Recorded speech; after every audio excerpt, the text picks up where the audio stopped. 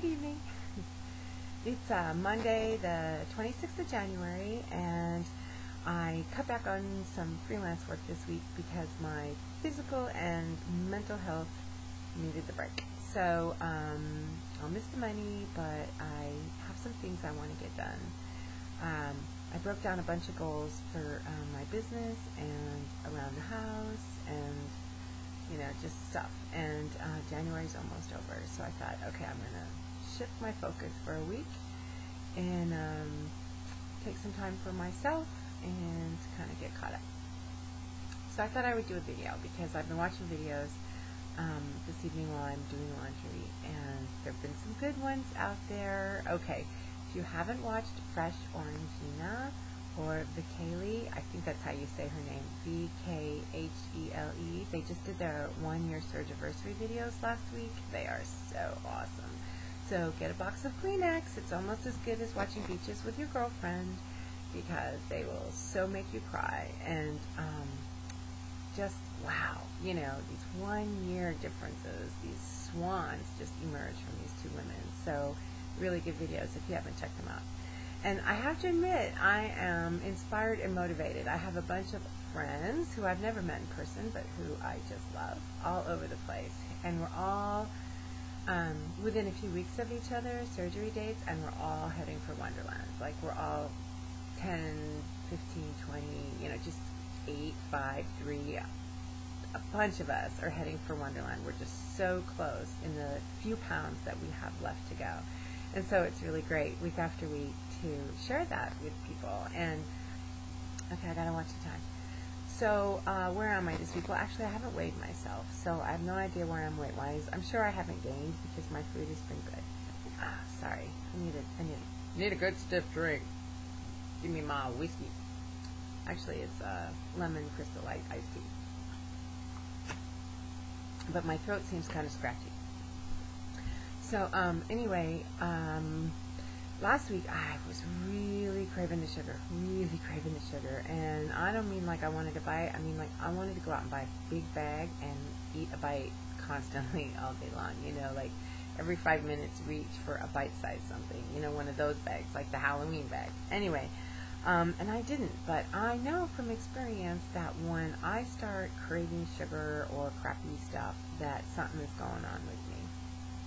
And because it means that something has come up in my life that my toolbox doesn't hold a valuable tool for, and so I just want to run, and it's uncomfortable. I just get really uncomfortable, and when I get uncomfortable and I can't fix it immediately, then I want to fix it immediately with some addictive substance like sugar. So I knew life was not good, and I talked about this a little bit in my last video. It's all about work and stress and overload and changes that were making my job more difficult, and not being happy, and wondering if I was going to go to law school or do something else. And so it's been like this whole thing since the first of the year. And the first decision I made was I'm not going to go to law school. I want to do something different, and I want to love what I do again. And law school is a 4-year commitment, and I'm pretty old and kind of running out of time. And now that I have my health back, I have other options, and so I've decided to go for other options. Secondary to that was my day-to-day job now, and there's a lot of things about my job that I love, and the immediate boss that I work for is awesome, and we're a great team, and we work off each other's strengths and weaknesses, and it's good. But there are some changes going on that have made it incredibly difficult at the office. And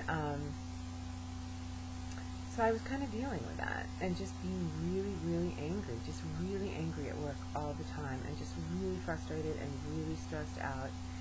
And it was getting old. And I realized this week we had this very interesting email that went out to all the employees, and I realized that there were things going on that really had nothing to do with the work in the office, that there are needs being thrown out there that I can't fix through other people, and I don't want to. I don't want to take responsibility for that. And I realized that I needed to detach from this job. I can't, the thing is I can't change other people. I can't, it's like being on a sinking ship, and you're standing there and you say, hey, Captain, I have this pump, and if you want, I'll flip the switch and all the water will go out and we'll be able to, patch the hole in the stern and make it to port and dry dock for repairs. Just, if you want, I'll flip the switch. And they're like, no, don't flip the switch. And it's kind of felt like that. And so this week we're told to, change light bulbs. And I'm sure that after 100 light bulbs get changed, they'll realize that the water is now up to the waist, and maybe that's not going to solve the problems. But I have to detach emotionally from that whole situation. Like, I can't get into it anymore. And in order for me to do that, I have to not care. Because I talked about this a little bit in my Clean My Purse Out video. I'm sorry. My throat is really scratchy. I'm a bear. And, some people call it Cancer the Crab if you're into the zodiac, or the Chinese rat if you do the Chinese horoscope. I mean, there's lots of descriptions, or, for my personality type, but I tend to be, if I grow fond of someone or something, a job, an institution, a person, then I love to love them. And it's almost a maternal thing. And it can become maternal and codependent if I'm not careful. And pre-therapy days, oh yeah, I was all over that codependent stuff. But now I don't like to be, and I try and keep it in check. But it's still a tendency of mine. And because I want to love and care whatever it is that I'm affiliated with or attached to, and protect them like a bear, like a mother bear protects her cub. So I'm very much a bear, and I realized that in order for me not to spend every moment at this job frustrated and pissed off and angry, I had to figure out what I could do, because the only person I have any control over is me. I can't make them want to use the pump.